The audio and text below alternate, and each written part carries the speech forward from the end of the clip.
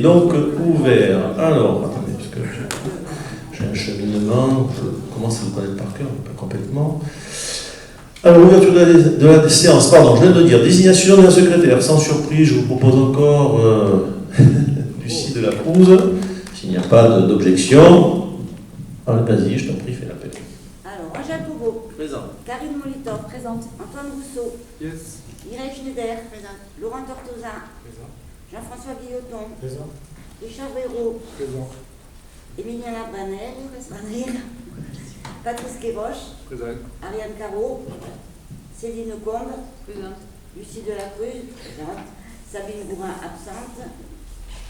Cyprien Paris. Présent. Angélique Roussol. Présente. Christian Roussel. Présent. Pilar Chalessin. Présent. Valérie Martin. Présente. Stéphane Delattre. Présent. Hélène Lavergne donne pouvoir à Lucie Delacruz. Romain Hernandez donne pouvoir à Céline Combe. Jean-Claude Ronde donne pouvoir à Christian Roussel. Et Estelle Villanova donne pouvoir à Pilar Chalessin. Voilà. Merci, donc vous avez pu constater que nous avons le quorum. Donc nous allons passer dans l'approbation du PV, donc le précédent PV, qui est contre, qui s'abstient, une abstention, deux abstentions, deux ou trois abstentions? Deux abstentions. Trois abstentions. Donc trois abstentions. Donc... Pardon? On s'améliore, avant de voter contre, là on s'abstient. Oui, non, mais c'est vous considérez que le PV était mal rédigé, j'imagine, c'était pour ça. On trouve que ça va de mieux en mieux. Ah, ça va. Donc, il n'y a pas de faute d'orthographe, tout ça, il n'y a pas la virgule est au bon endroit. Ça arrive aussi, non, disons que la vérité. Il se rapproche plus de la réalité. Ah, oui, mais c'est vrai. Mais c'est un compte rendu, ceci dit, hein. C'est pas non plus, on n'est pas rentré dans le détail. Voilà, bon, c'est bien. Bon, merci. Alors, on voit qu'il y a du progrès. Il y a peut-être plus de lecteurs que d'auditeurs. Oui, mais enfin, si les lecteurs étaient intéressés, ils seraient là aussi. La preuve, les autres sont partis. Donc, du coup, c'est le problème des gens qui regardent le côté non-bouddhiste après. On n'aurait pas l'intérêt général, c'est dommage. Alors, donc il est adopté, à la majorité, voilà, il fallait que je le dise, c'est dit. Et nous passons à la délibération numéro 34/2023, donc autorisation au maire de signer une convention relative à la capture, identification et stérilisation des chats. Messieurs, ne vous promenez pas dans les bois. Allez, bonsoir. La commune fait de la capture, de l'identification et de la stérilisation des chats errants, sans propriétaire ni détenteur, un élément de sa politique en matière de protection animale. La SPA est partenaire de l'association Animaux B Protect. Les trois parties se sont donc rapprochées afin de définir les conditions de la mise en œuvre d'une campagne de stérilisation des chats errants.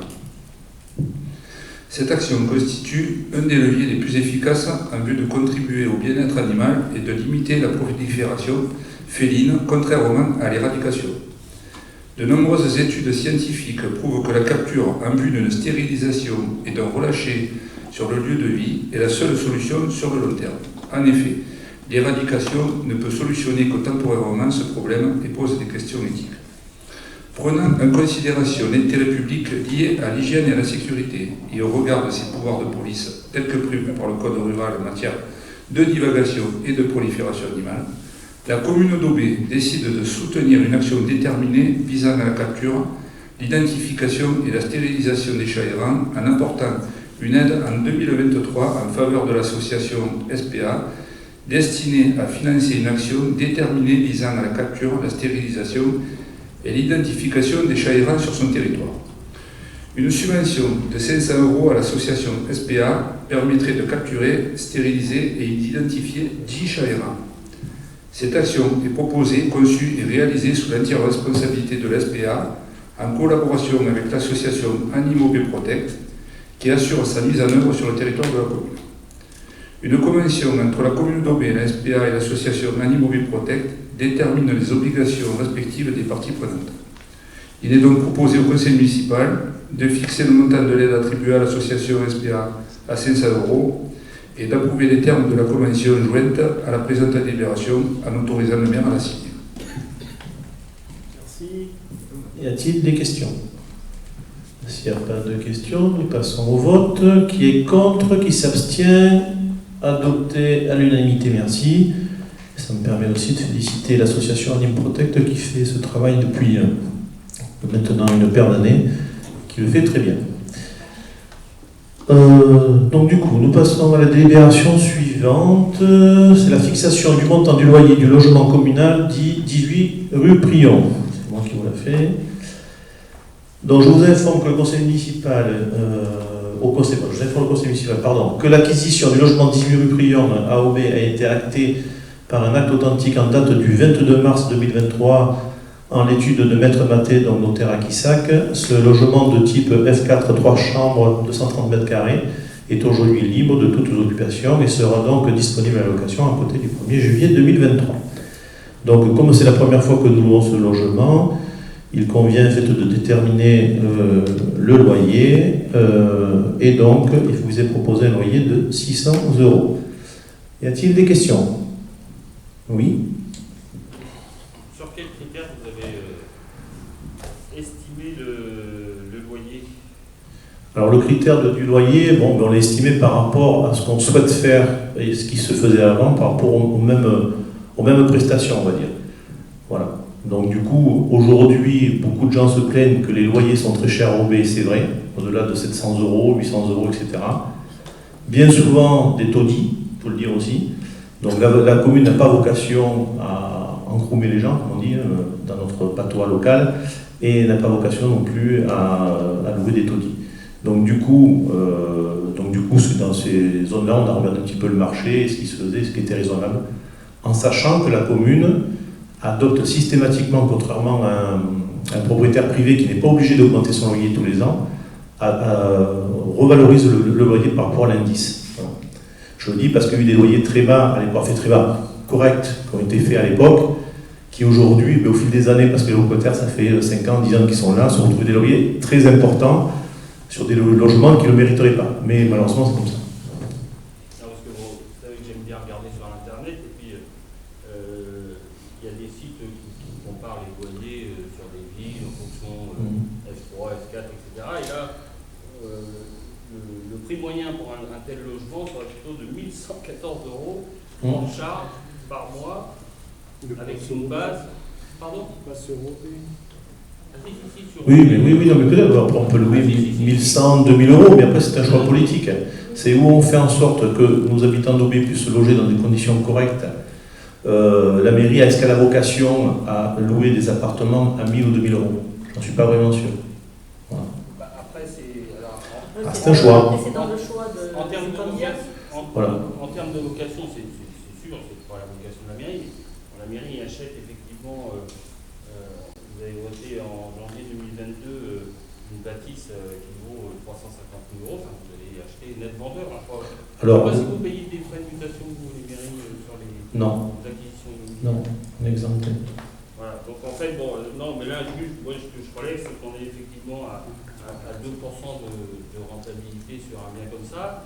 Et on vient de l'entendre de votre bouche il y a peu de temps. Vous voulez faire rentrer un peu des sous dans la commune, pour la commune, pour réaliser vos projets, ce qui est très bien, il n'y a pas de souci. Alors c'est vrai que cette décision-là nous semble un petit peu en décalage avec Elle n'est pas en décalage. Aujourd'hui, on a un logement qui a un chauffage au fioul, donc je ne vous dis pas le Cookta. La totalité de l'eau, parce que quand on voit, vous voyez la bâtisse globale, donc vous avez l'impression que c'est la bâtisse. Mais en fait, on s'est gardé, nous, la mairie, l'utilisation de toutes les caves en dessous, pour justement, d'ailleurs, il y a une ouverture qui a été faite sur l'ancienne cuisine avec la partie centrale du château, pour pouvoir faire, puisqu'en fait, on a toujours ce projet un petit peu de musée à terme, un de ces quatre, enfin, on verra si un jour ça voit le jour, parce que c'est tellement coûteux. Mais en tout cas, la mairie s'est gardé l'accès sur la cour, l'accès sur une certaine salle. Enfin, il n'y a pas la totalité qui est louée aux futurs locataires. Donc du coup, on a fait un calcul comme ça. Et après, quand on comptait le bâtiment, c'était effectivement un F3, il y a 3 chambres, une salle de bain, et comme on loue à côté, au-dessus de la poste, pareil. C'est à peu près le même type d'appartement, mais par contre, pas dans le même état, effectivement. Après, il y a du simple vitrage, etc. Donc, tout ça est à prendre en compte. On n'est pas dans un logement neuf. Voilà. avec la charge de l'emprunt et du loyer. Mais on n'est pas là pour faire de la rentabilité. La vocation de la mairie, quand on a acheté cette partie du château, c'est pour être toujours logique qui a été faite depuis plusieurs décennies à Aubé de pouvoir acquérir les parties du château. Au départ, on ne voulait même pas le louer. On s'est dit on ne le loue pas, etc. Et puis après, en discutant entre nous, on dit c'est dommage parce qu'il est quand même en bon état. Quelle que soit la somme qu'on rentrera, ça sera toujours ça. Et en plus de ça, il y a une demande. Il y a une demande à Aubé. À Aubé de gens qui ont besoin d'avoir des logements. La demande locative, Voilà. elle est extrêmement forte dans la région. Il y a très peu de logements vacants, effectivement. Alors c'est vrai que, vous dites qu'on n'a pas vocation, mais on se coupe quand même d'un revenu qui n'est pas négligeable. C'est un choix. Est-ce que la commune doit... Non, je ne crois pas. On a une partie sociale, il me semble, et ça en fait partie, voilà, c'est tout. Vous avez la chance d'habiter une belle maison, moi aussi, d'autres aussi, tant mieux pour nous. Mais il y a des gens qui ont des parcours de vie différents. Vous avez à Aubé, par exemple, 87 femmes qui sont seules avec des enfants et 36 hommes. Voilà, il faut le savoir. Bon, après, là-dedans, vous avez dans des séparations, vous avez des gens qui sont propriétaires et des gens qui ne le sont pas. Des demandes à Aubé d'Aubésiens qui cherchent du locatif, on en trouve. Monsieur le maire, Voilà. est-ce qu'une fois pour toutes, on va pouvoir arrêter en conseil municipal, ce qui n'est pas le sujet d'un conseil municipal, là je parle au nom de tous les Aubésiens, est-ce qu'on va pouvoir arrêter de citer le cas des uns et des autres? Et on est obligé. On ne cite pas de cas des uns et des autres. On cite une réalité. La commune, elle veut avoir un aspect aussi social. C'est un choix. On ne louera pas ce logement 1 500 €. Voilà. Je vous interroge, je vous parle des finances de la mairie et je dis que... Eh bien, il vaut mieux faire des économies. Et je dis qu'on va avoir un déficit sur cette opération-là. Je parle des finances de la mairie. Je ne parle pas du cas personnel des uns et des autres. Et j'aimerais bien qu'on arrête de parler du cas personnel des uns et des autres. Si je peux juste me permettre, en fait, c'est pas une opération immobilière qui a été faite là. C'est pas comme vous ou moi, on investit, on dit on investit sur un bien, on le loue. C'est pas du tout l'objet. L'objet, avant tout, c'est le patrimoine. C'est sujet de se dire aujourd'hui, on est au château, on a un bâtiment. Au début, il s'est même pas posé la question de la location de cet immeuble. Il s'est posé la question de dire qu'il y avait une possibilité de l'acheter et c'est notre rôle aussi, de ne pas penser qu'à maintenant, mais de penser aux 30 prochaines, 50 prochaines années. Et il y avait une ouverture d'acheter ce bien à ce moment-là, et c'était important pour le devenir du château et les possibilités de l'acquérir. Surtout qu'on a pu l'acquérir à un prix qui était totalement raisonnable. Une fois que ceci a été fait et que ça a été lancé il y a longtemps, parce qu'au final, l'acquisition a été signée là, mais c'était quelque chose qui a été mené plusieurs mois avant. Peut-être des années avant, mais en tout cas la possibilité s'est manifestée il y a quelque temps. Les échanges qu'avait avec Angèle, avec Mme Marino aussi, de le faire de cette façon-là, cette possibilité de l'acquérir en payant sur plusieurs années, tout ça c'est ce qui s'est fait. Donc en fait, à un moment on s'est dit oui, c'est une possibilité. Une fois que ceci a été fait et qu'on s'est dit, et vous le dites très justement, à un moment on a un bien où certes il y a une volonté derrière qu'il aille aussi et qu'il y ait une ouverture vers le patrimoine, mais on se dit il y a une partie, et c'est qu'une partie, et c'est là qu'il faut bien regarder, il n'y a qu'une partie du logement, je ne sais pas sur quoi vous avez basé l'estimation, mais il y a une partie qui peut être louée, une autre partie qui va être ouverte au public, ouverte à l'association, et qui ont déjà commencé le week-end dernier à faire un travail sur les lieux. Donc c'est tout ça, c'est un projet plus global, et c'est pas une opération, juste parce que pour le côté finance, je me permets de dire, c'est que c'est pas une opération financière.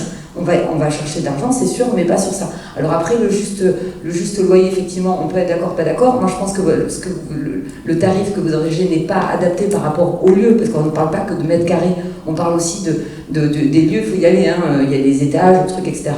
C'est quelque chose qui est ancien. Donc, du coup, on n'a pas fait de gros travaux dessus, parce qu'effectivement, financièrement, on ne pouvait pas se permettre. On a fait des choses qui soient raisonnables pour pouvoir le louer et avoir une entrée d'argent qui n'était pas prévue initialement dans l'opération. Voilà. Donc on le loue, le temps qu'on n'aura pas la possibilité pour l'instant d'aller plus loin dans les travaux. Et peut-être que ça évoluera dans quelques mois, quelques années. Aujourd'hui, on n'en sait rien. Ouais. Donc du coup, alors la politique que vous aurez demain, s'il y a des logements qui sont à vendre sur le château, ce sera peut-être pas de les acquérir parce que finalement, vous vous rendez compte que on n'a pas les moyens de les entretenir. Non, je le redis, ça n'a rien à voir. Là, quand on n'a pas de visibilité à court terme, c'est à moyen long terme. Quand on acquérit aussi à un moment, c'est que on acquiert, pardon, c'est on pense à ça et à l'après. C'est pas voilà. Donc aujourd'hui, on a réfléchi comment on pouvait aussi acquérir ce bien. Enfin voilà. Aujourd'hui, l'objectif, c'est vraiment de permettre aux Aubésiens de garder les biens du patrimoine. Ce village, il a son identité à travers ça aussi. Et on a vendu beaucoup de choses. Et du coup, voilà, il restait cette partie centrale, il n'y avait pas de sens, là il y avait un lien qui se faisait. Donc Si demain ils vendent d'autres parties du château, ben, se posera la question à ce moment donné du prix, de comment on le finance. Il y a plein de, il y a l'établissement foncier, enfin, il y a d'autres choses qui se poseront. Vous avez un schéma directeur quand même par rapport à... Mais vous savez qui c'est qui va vendre quoi dans 2 ans, dans 5 ans, dans 10 ans? Non. Mais c'est vous, moi je ne sais pas ce qui va se passer chez les gens, mais vous, la commune d'Aubé, est-ce que vous avez un schéma directeur ou une logique ou un fil rouge sur le château à dire justement voilà, mais justement, la logique, c'est les opportunités. Donc effectivement, si c'était la partie complètement, je veux dire, au sud du château, quand on est sur la place de l'autre côté, qui est complètement aménagée, on n'a clairement pas les moyens. Ça s'est vendu 700 000 €, il ne faut pas en rêver, quoi. Par contre, il y a des parties qui sont abandonnées, des parties là, il y a une opportunité très intéressante pour la commune, et on l'a pris dans l'idée de faire la continuité de ce qui a été fait par nos pères depuis maintenant presque 30 ans, hein. C'est pas d'aujourd'hui que ça dure, hein, l'achat du château. Hein. Donc, du coup, d'essayer de continuer cette action. Alors après, la logique, elle est effectivement, quand on est en face, d'aller vers ces bâtiments-là. Mais après, comme me dit Karine, on ne sait pas qui va vendre, quand est-ce qu'ils vont vendre, etc. Mais évidemment, mais ça, c'est du long terme. Et l'achat là, il n'est pas pour faire de l'immobilier. Hein. C'était juste pour conserver notre patrimoine et permettre de développer le patrimoine. C'est tout. La question, c'est de savoir, est-ce que vous avez évoqué cette vision à long terme, c'est de savoir s'il y a d'autres opportunités qui se présenteront, est-ce que vous direz, vous direz pas, c'est ça, On verra. On verra, oui, mais on verra. On sait rien. Pour l'instant, on ne sait absolument rien. On verra. Pour l'instant, les opportunités sont présentées, on a sauté dessus, et puis voilà, parce qu'on avait les moyens de pouvoir le faire aussi. Il y aura des opportunités qui se présenteront, on n'aura pas du tout les moyens, et malheureusement, elles partiront. Voilà. Mais il y a une logique, effectivement, dans le projet muséal, entre parenthèses, en partant du presbytère et tout ce secteur, de faire plus l'acquisition de ce qui est sur, quand on a fait le château, de la partie droite, la partie réno, etc. Et de préserver, bien sûr, notre patrimoine. Voilà l'objectif. Y a-t-il d'autres questions? Bon, est-ce que vous avez des critères aussi pour des candidats pour la location justement? Alors, des candidats, il y a déjà une personne qui est identifiée, qui est d'ailleurs dans le bâtiment, hein, qui va commencer à arriver. Et voilà, mais après, le critère, on n'est pas dans des bâtiments sociaux, comme on appelle ça, un toit pour tous, où effectivement c'est des gérants de partenariat, etc. Ce sont des logements communaux qui sont pas plus ni moins que les mêmes critères que tu avais à ton époque. Voilà. Oui, donc il y a une liste. Il y a une liste, il y a des gens qui demandent, qui sont du village, voilà, et puis on regarde évidemment, on essaie de faire en sorte que ce soit des personnes du village. Voilà. Et ça sera une personne du village. D'autres questions? Très bien, passons au vote. Qui est contre? Qui s'abstient? Une abstention. 2, 3. Bon. Merci, adopté à la majorité. Très bien. Nous passons donc à la délibération suivante. C'est la numéro 36-2023, autorisation et création de nouveaux tarifs de branchement des réseaux d'assainissement collectif pour les particuliers. Et c'est Laurent. Merci. Bonsoir. Alors, pour cette délibération, le conseil municipal, dans sa séance du 3 mars 2022, avait fixé les tarifs de branchement au réseau d'assainissement collectif pour les particuliers. Donc, il s'agit de branchements établis entre le collecteur principal et la limite parcellaire des propriétés privées. Pour rappel, dans sa séance du 17 novembre 2022, le conseil municipal a décidé d'ajouter au bordereau de prix de branchement la prestation en rapport photo. Donc, à ce jour, je précise que d'autres prestations s'imposent et qu'il est également nécessaire d'opérer une révision des prix. Donc je rappelle aussi que les frais de branchement de l'immeuble sur le collecteur public sont à la charge exclusive des propriétaires et sont destinés à couvrir les frais d'investissement du service d'assainissement. Voilà, les modalités de paiement et d'imputabilité des recettes ne subissent aucune modification et demeurent conformes à celles adoptées dans la délibération numéro 12-2022 en date du 3 mars 2022. Donc il vous est donc proposé d'approuver le rajout de certaines prestations et réactualiser le montant des prestations comme vous avez pu le voir dans le tableau.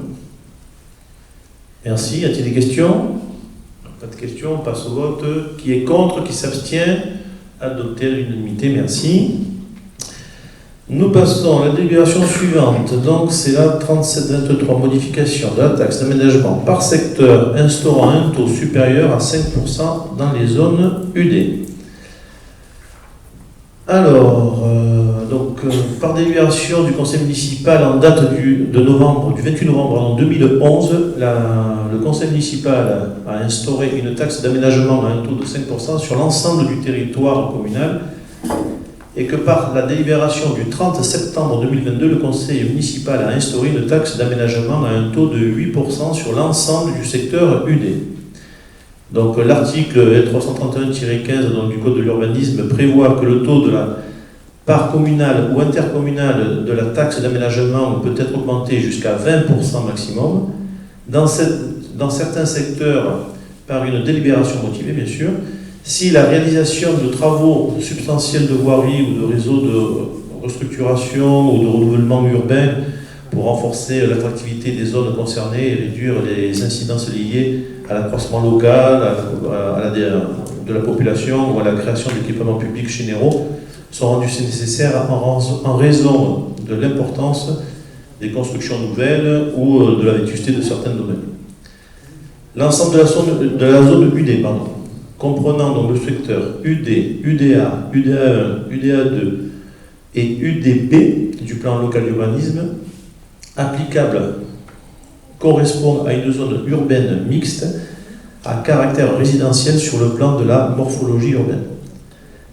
Cette zone connaît depuis plusieurs années une croissance urbaine dynamique dont une grande partie s'est réalisée de manière diffuse dans la trame urbaine existante, avec un impact notable en termes de besoins de voirie, de réseaux et d'équipements publics.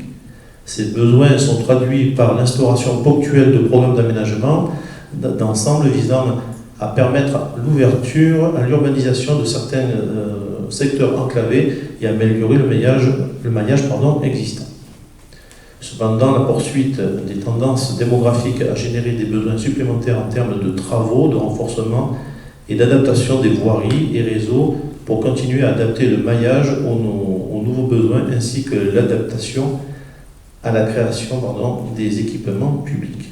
Il s'agit notamment de l'extension et du renforcement du réseau public de distribution d'eau potable, de la réalisation ou l'amélioration des réseaux d'eau pluviale, de l'élargissement et du revêtement des voies communales permettant la mise en sécurité des usagers, de la mise à jour et l'extension de la défense incendie, de créer et d'augmenter la capacité des équipements scolaires et sportifs. Je vais y arriver. Donc, il est demandé au conseil municipal d'approuver la modification du taux de la taxe d'aménagement majorée à 15% dans l'ensemble de la zone UD. Y a-t-il des questions? Il n'y a pas de questions, nous passons au vote. Qui est contre? Qui s'abstient? Adopté à l'unanimité, merci. Délibération numéro 38-2023, donc modification de la taxe d'aménagement par secteur instauré un taux donc supérieur à 5% sur le cœur de ville. Alors je suis désolé, on est obligé de faire par secteur, c'est pour ça. Donc c'est la même chose, on va passer assez vite, mais pour le cœur de ville, et donc nous vous proposons de la passer aussi à 15%. Est-il des questions? Pas de questions, on passe au vote. Qui est contre, qui s'abstient, adopté à l'unanimité. Toujours pareil, modification, et là c'est pour le secteur des EOUN. Alors la petite particularité, c'est qu'on le sait que ce secteur-là va être aménagé un jour ou l'autre, et donc du coup, on a une possibilité dans les secteurs qui ne sont pas encore aménagés et qui le seront un jour, de faire une augmentation différente, et donc on vous propose pour ce secteur 17%. Y a-t-il des questions? Qui est contre, qui s'abstient, adopté à l'unanimité. Merci. Et le dernier point, c'est pour le quartier des Amandiers. C'est la même chose. La taxe d'aménagement majorée, puisqu'on sait qu'il va y avoir un jour aussi des constructions sur ce secteur. Et on vous le propose aussi à 17%. Des questions? Qui est contre, qui s'abstient, adopté à l'unanimité. Merci. Nous passons donc maintenant à la délibération suivante. La numéro 41, délibération donc modificative numéro 1 du budget principal de la commune, et c'est Christian. Merci. Bonsoir à tous. Donc la délibération numéro 41 porte sur une décision modificative du budget principal de la commune qui a été adoptée le 23 mars 2023. En effet, il convient d'ajuster le montant de certaines dépenses et recettes concernant des opérations d'ordre patrimonial suite à des acquisitions. Je précise que ce sont des ajustements comptables qui ne touchent pas à la trésorerie.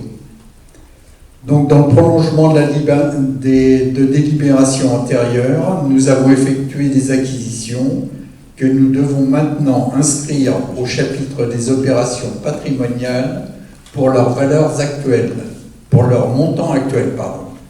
Il s'agit d'écriture, pour Madame Chalessin, il s'agit d'écriture d'ordre patrimonial et non d'écriture financière découlant d'une demande de trésorerie.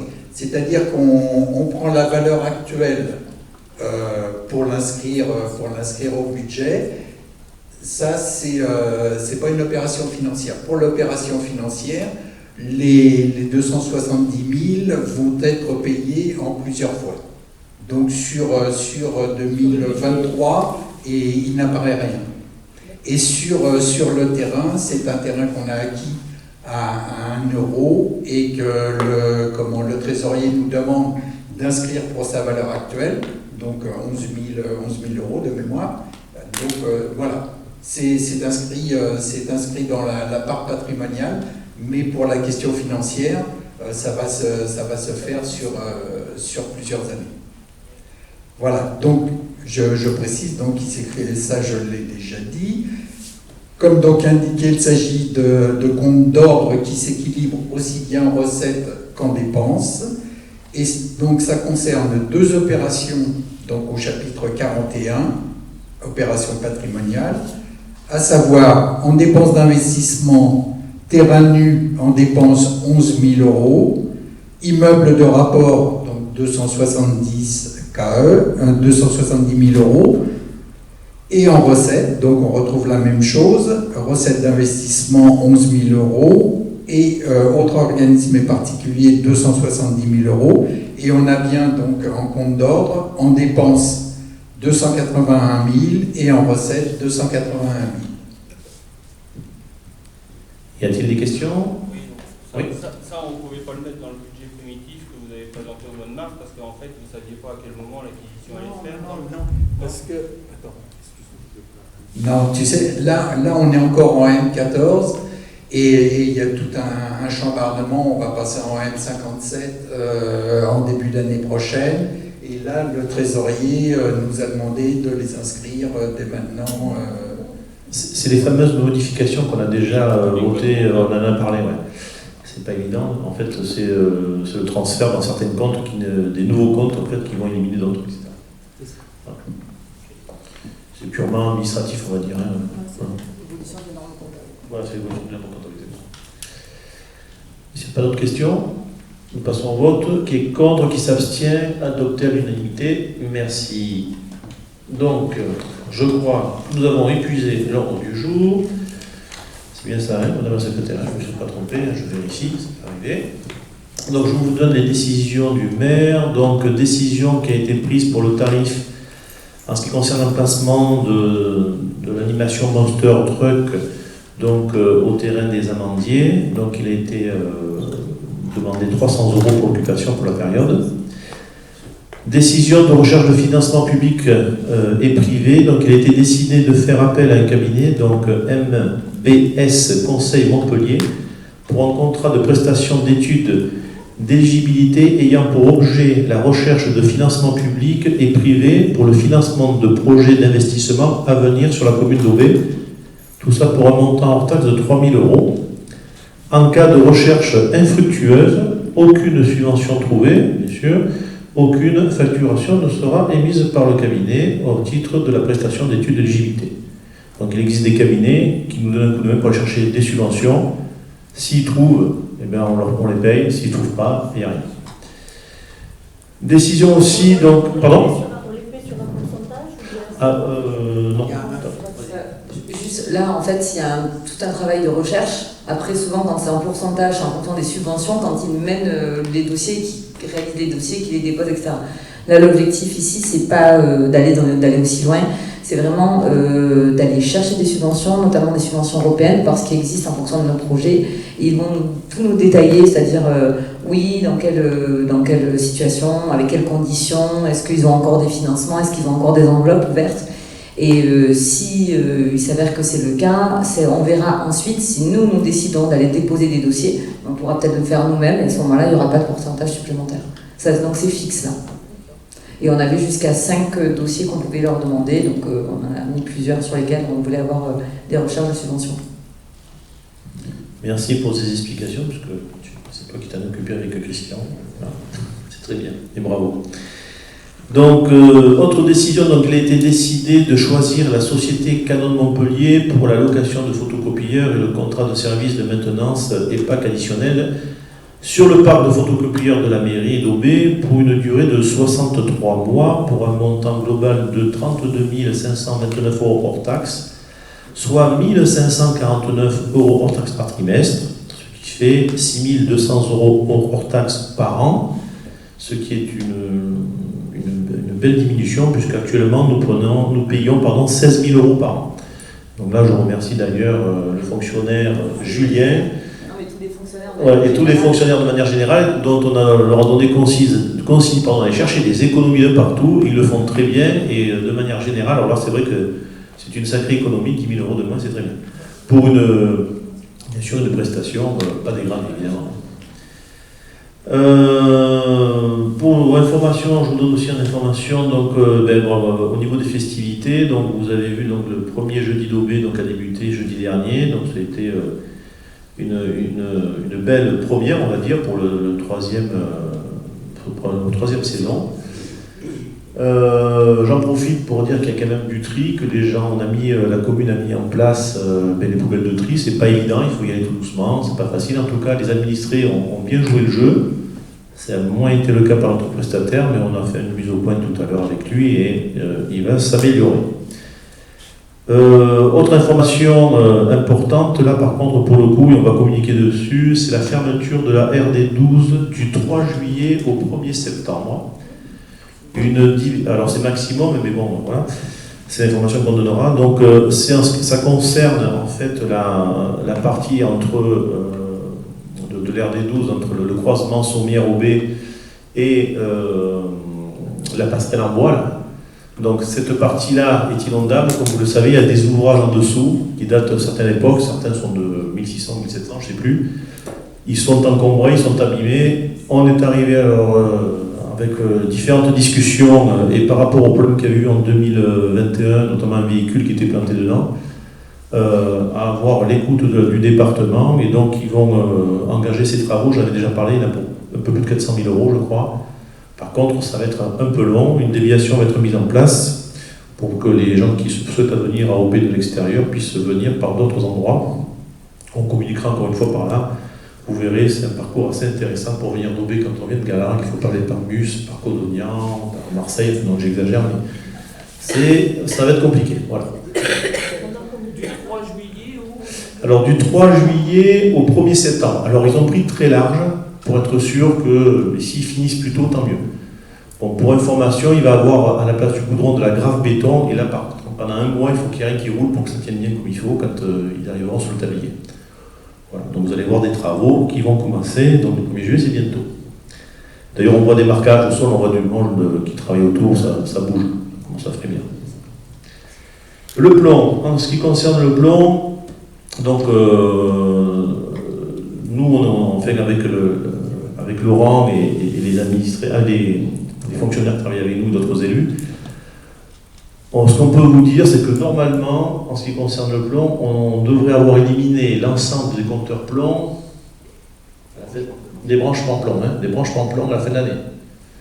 Maximum à la fin de l'année, tout devrait être enlevé. C'est un gros problème parce qu'on a encore des teneurs de plomb trop importantes et il va falloir faire de très gros travaux et qu'il va falloir qu'on planifie tous ces travaux. Et on a déjà fait une communication à la population sur Facebook. On va faire un boitage, donc on va communiquer aussi pour dire aux administrés de ne pas prendre au premier jet, mais de laisser couler quelques secondes avant de prendre. Ce n'est pas tous les secteurs qui sont concernés, on n'y comprend rien, je vous avoue. On a rencontré l'ARS, Il y a des endroits où il n'y a pas de plomb, à côté il y a du plomb, enfin bon bref. Bon, en tout cas, on continue à chercher. Ça va coûter beaucoup d'argent. Donc il y aura une augmentation de l'eau, on l'avait sous-entendu, mais il va falloir le faire. Parce qu'il va falloir financer ces travaux. Bien sûr, on sera aidé par l'État, mais à une certaine mesure, on ne peut pas non plus, l'État ne nous aidera pas sur la totalité. Mais on reviendra vers vous, je pense qu'on fera une communication plus importante et plus large, ou même une réunion publique sur le sujet pour expliquer la situation. Bon, voilà, donc moi j'ai fini pour les informations, et je sais qu'il y avait une question diverse.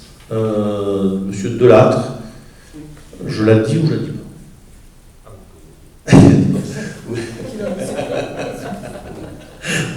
Non, mais je t'en prie. Tu voulais savoir en fait si nous avions un tractopelle. Oui. Alors la réponse est non. Voilà. Voilà. Pardon? Oui, il est mort. Il est mort, il était très, très vieux, très malade, et malheureusement on n'a pas pu le conserver. Voilà. La question, enfin l'interrogation, c'est parce qu'en fait il y a une administrée qui a des gros problèmes pour se faire assurer suite aux inondations, au feu, à la grêle qu'elle a pris. Et en fait il faudrait juste creuser ces chemins du bonheur, je ne sais pas si ça vous parle. Et donc il faudrait juste creuser un fossé pour, parce qu'elle a toutes les peines du monde pour se faire assurer, elle s'est déjà fait sortir de son assurance.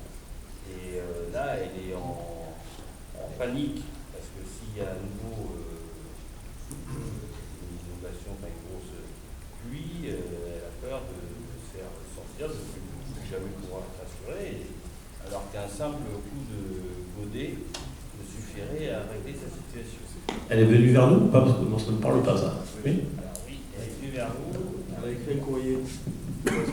D'après les explications, elle aurait pris rendez-vous, pour aller 3 semaines après, et au moment du rendez-vous, il a été malheureusement annulé.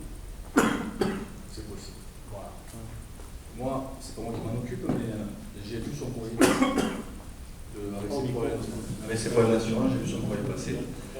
Pour expliquer bien la situation que vous avez décrite. Expliquer que voilà, derrière des petites demandes comme ça. Par contre, elle n'avait pas de mémoire, peut-être que je me trompe, mais de mémoire, il n'y avait pas cette notion de création d'un fossé.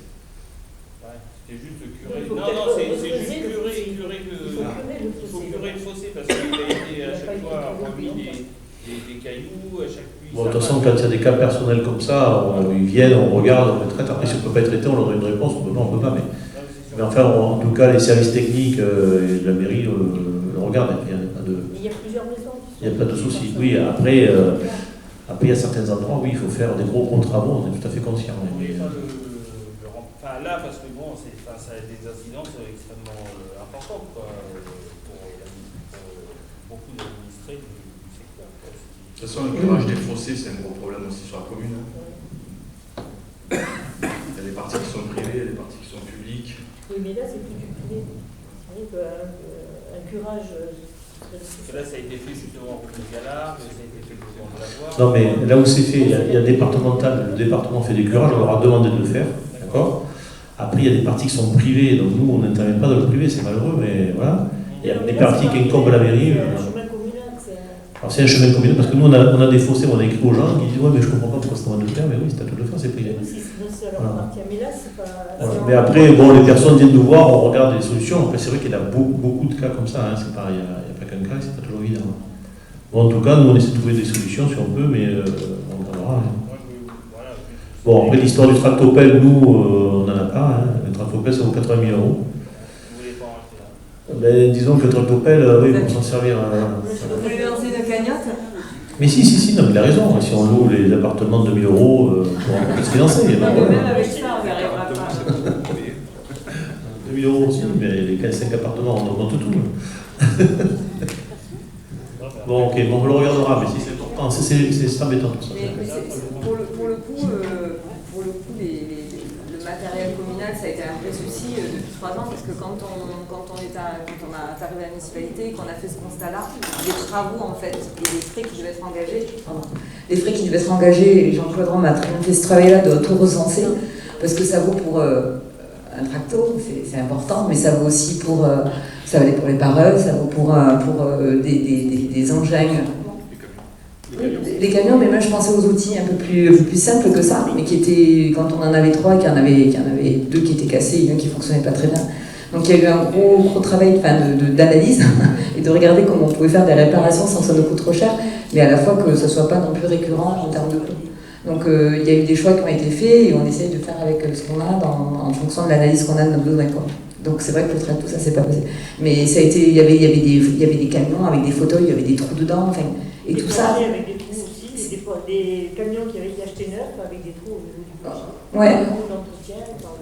Oui, ouais, c'est dommage qu'il n'y ait pas eu cet entretien-là, effectivement, avant, ouais, parce qu'on subit maintenant, effectivement. La communauté de communes, elle a un tracto ou elle a un système pour louer le tracto, puisqu'elle s'en sert pour la déchetterie. Oui, bien sûr. Non, mais qu'elle prête le tracto. C'est tout à fait possible, mais il faut être sûr que sur ça. Enfin, moi, le dossier, je n'ai pas regardé, donc mais Jean-Claude l'a regardé, on va le regarder. Mais si. Et qui longe après la maisonnette de Danton. Donc c'est vrai qu'à ce niveau-là, il n'a pas été curé. Non, mais si. Il s'est rebouché, si on creuse et on lui donne au moins 50 cm. Non, mais c'est sûr, une fois qu'on fait le curage, on est tranquille pendant 5 ou 6 ans. Il y a le mémoire, je crois que nous, on a 3 ou 4 km de fossé sur la commune à Curie. 3 ou 4 km. De la commune, je parlais. Après, il y a la partie départementale, c'est le département. Voilà, donc, mais bon, en principe, si un curage est fait, on peut espérer que ça dure au moins 5 ans. Voilà. Si on en fait un bon curage. Voilà. Mais bon, c'est vrai qu'on n'a pas le matériel, mais on peut voir avec la communauté. Puisqu'il y a Robin, quand même, qui est tractoriste, si on oui. faudra faire le petit, c'est très bien le faire. Hein, Non, mais Robin n'est plus tractoriste parce qu'en fait, il faut passer des examens, il ne l'a pas repassé son renouvellement. Je ne sais plus comment ça s'appelle, le KCS. Ça, vous avez vu que c'était important parce que vous-même, vous l'avez demandé. Ah non, mais complètement, on n'a pas dit que c'était pas important, hein. On en est tout à fait conscient. Hein. En plus, là, il y a des personnes âgées et une personne seule. Ouais. Après, il y a des jeunes. Très bien, on regardera ça, merci. Et j'en profite du coup pour, si on nous regarde via YouTube, pour expliquer aussi aux gens qu'ils ont l'entretien, pour ceux qui sont propriétaires, enfin, qui bordent le Lissac, ils ont aussi l'entretien du Lissac à faire, ça serait bien que pour certains ils le fassent, s'ils peuvent, ou qui donnent l'autorisation à l'EPTV du Vidourle de rentrer chez eux pour le faire. Voilà, c'est pas pour vous, c'est pour l'ensemble de la population, parce que ça et qu'ils évitent de le boucher, puis là, seulement qu'ils évitent de le boucher depuis. Il y a une convention qui peut se faire avec le... Non, mais la convention existe, mais après il faut la signer. Il faut la signer, puis non, mais les administrés doivent la signer, c'est oui, pas... aussi. C'est pas bien. Juste que j'en connais qui l'ont signé. Très bien, merci. D'autres questions? Non? Très bien. Bon, on a des pelles aussi, hein, c'est bien. Je représenterai. Voilà. Bon, ben, le conseil municipal est terminé. Merci à toutes, merci à tous. Et puis, à demain, jeudi, la fête de la musique.